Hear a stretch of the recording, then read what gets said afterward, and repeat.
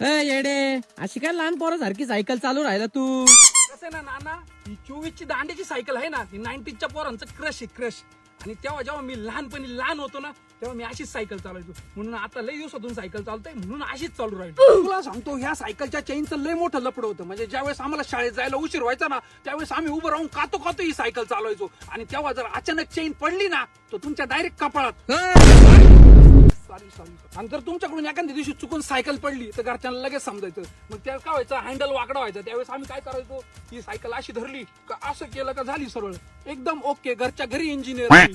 तुला सांगतो, त्यावेळेस या सायकलचं सीट फक्त नावाला होतं. म्हणजे जेव्हा आम्ही लहानपणी आपरे होतो त्यावेळेस आमचे पाय पुरत नव्हते, त्यावेळेस आम्ही मधून सायकल चालवायचो. आणि जेव्हा मोठे झालो त्यावेळेस आम्ही सीटावर बसून सायकलच चालवत नव्हतो, उभं राहून सायकल चालवायचो. लहानपणी या सायकलच्या कॅरेजवर बसणं म्हणजे सगळ्यात मोठी जबाबदारी. चुकून जर तुमचा चाकात पाय गेला का डायरेक्ट हाडूक उघड. तुला सांगतो, याला पॅडल नाही म्हणत पॅडल, याला पायडर म्हणत्या पायडर. आणि याला मडगाड नाही म्हणत मडगाडग म्हणत्या मडगाडग.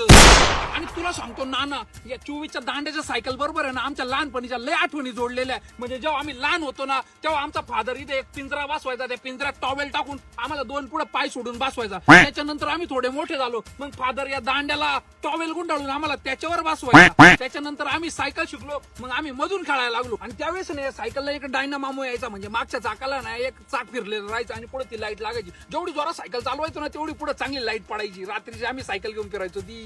आणि तुला सांगतो नाना, या सायकलवरती एवढे स्टंट मारलेले ना, अजून बी गुडघे खांदे दाखवले ना, तर या सायकल मुळे चाललेले. तुला सांगतो नाना, जर मागची ब्रेक सेटिंग केली आणि जोरात येऊन जर मागचा ब्रेक दाबला ना, डायरेक्ट रोहित शेट्टीच्या फिल्मचा एक स्टंट दिसायचा. आणि या सायकलचा फक्त एकच प्रॉब्लेम होता, हे पॅन्डलचे दोन्ही काढायचे रबर ना, ते निघून जायचे. फक्त मधला रोड शिल्लक राहायचा. आणि ते सारखं चालून ना चपलीला ओढ पडायचे, नाही तर बुटाला ओढ पडायचे. आणि तुला सांगतो, कधी थकलो का मग अशी सायकल चालवायला माझी इच्छा.